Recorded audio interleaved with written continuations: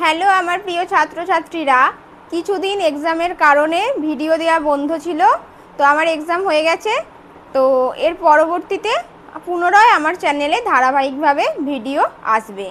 তো আজ আমি তোমাদের আলোচনা করব সমাস সম্পর্কে, যেটি তোমাদের অষ্টম শ্রেণী এবং দশম শ্রেণীর সিলেবাসে আছে।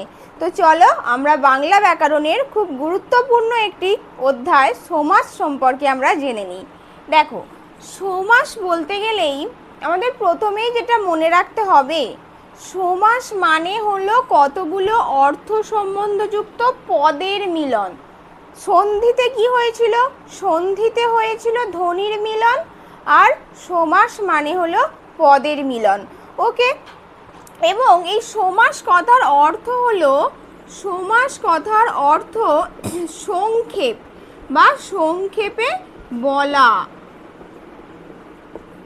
অর্থাৎ আমরা একটা পুরো বাক্যাংশকে যখন একটি পদের মাধ্যমে সংক্ষেপে উপস্থাপিত করব, অর্থাৎ সেই বাক্যাংশটির যা অর্থ, সেই ছোট্ট সমাসবদ্ধ পদটিরও সেই অর্থই প্রকাশ পাবে, সেটি হলো সমাস। তাই সমাস কথার মানেই হলো সংক্ষিপ্ত করা এবং কতকগুলো অর্থ সম্বন্ধযুক্ত পদের মিলন। এবং সমাস এই শব্দটির ব্যুৎপত্তিগত অর্থ হলো সোমপূর্বক। পূর্বক কেন বলছি? সোমটা হলো এই সোমটা হলো একটা উপসর্গ। তোমরা বাংলা ব্যাকরণে উপসর্গ এবং অনুসর্গ এই দুটো বিষয় পাবে। উপসর্গ মানে কি? যেটি কোনো শব্দ বা বিভক্তির আগে বসে, সেটি হলো উপসর্গ। আর অনুসর্গ মানে কোনো শব্দের পরে বসবে। তাহলে এই সোমপূর্বক অস ধাতু, এই যে এইটা হচ্ছে বাংলা ব্যাকরণের ধাতুর চিহ্ন, অস ধাতু যুক্ত অ ব্র্যাকেটে ঘং। তাহলে এইটা হলো সমাস শব্দের ব্যুৎপত্তিগত অর্থ। এই ব্যুৎপত্তিগত অর্থ এবং সমাসের অর্থ এই দুটোই তোমরা তোমাদের ক্লাস 8-এর টেক্সট বইয়েও আছে, দেখতে পাবে। বাংলা ব্যাকরণের যে টেক্সট বইটা, বাংলা ব্যাকরণ বইটা যেটি স্কুল থেকে দিয়েছে, এবং ক্লাস 10-এর যে কোনো বাংলা ব্যাকরণ বই আছে, এবং তোমরা টেস্ট পেপারেও পাবে।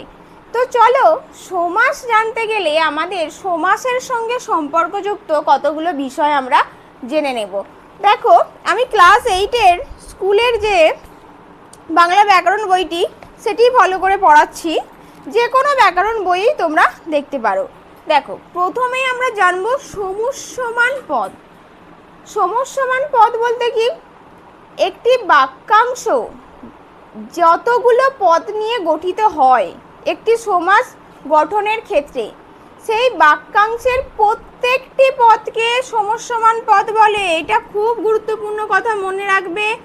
প্রত্যেকটি পদকে, অর্থাৎ এক একটি পদ হলো এক একটি সমুচ্চমান পদ।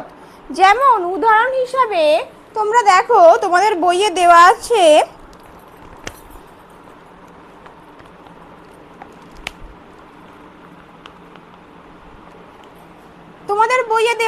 হাত ঘড়ি। হাত ঘড়ি। আমি কিন্তু এই ক্লাস 8-এর ব্যাকরণ বইটাই ফলো করে পড়াচ্ছি। হাত ঘড়ি, এটাকে যদি আমরা ভাঙি সমাসে, কিন্তু মাঝখানে অবশ্যই সমান চিহ্ন দেবে, কারণ এই দিকটার যা অর্থ, এই দিকের ব্যাস বাক্যটারও তাই অর্থ। হাতে পরিবার ঘড়ি।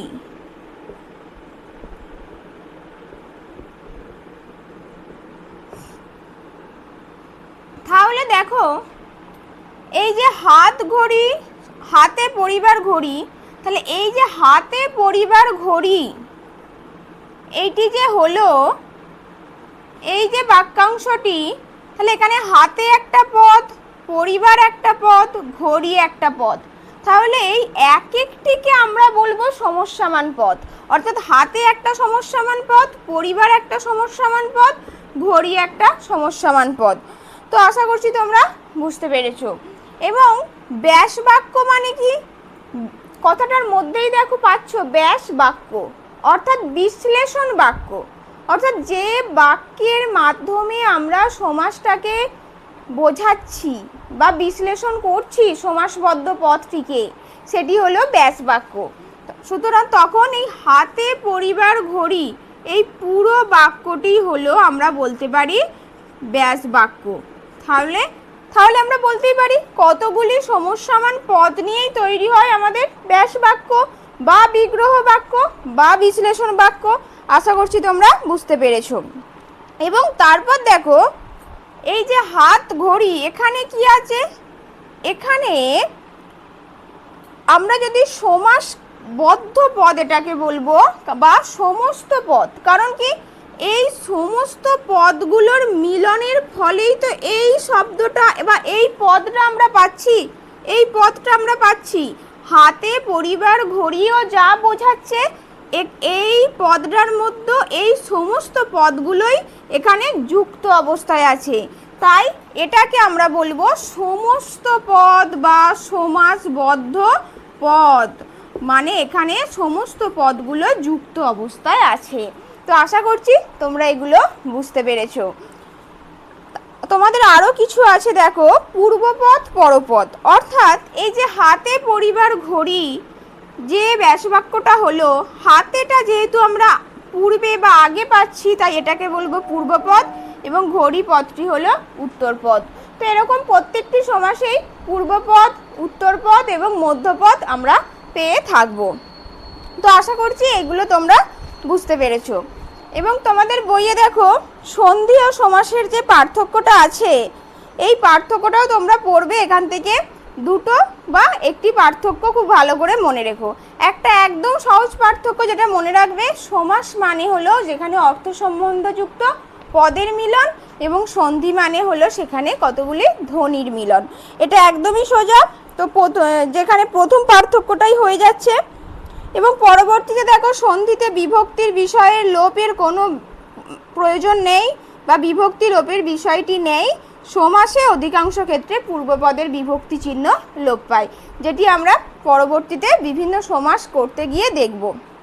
তো আমার এই সমাসের প্রথম ক্লাসটি কেমন লাগলো তোমরা অবশ্যই কমেন্টে জানাও, এবং আমার এই ভিডিওটি ভালো লাগলে অবশ্যই একটু লাইক এবং সাবস্ক্রাইব করে দিও।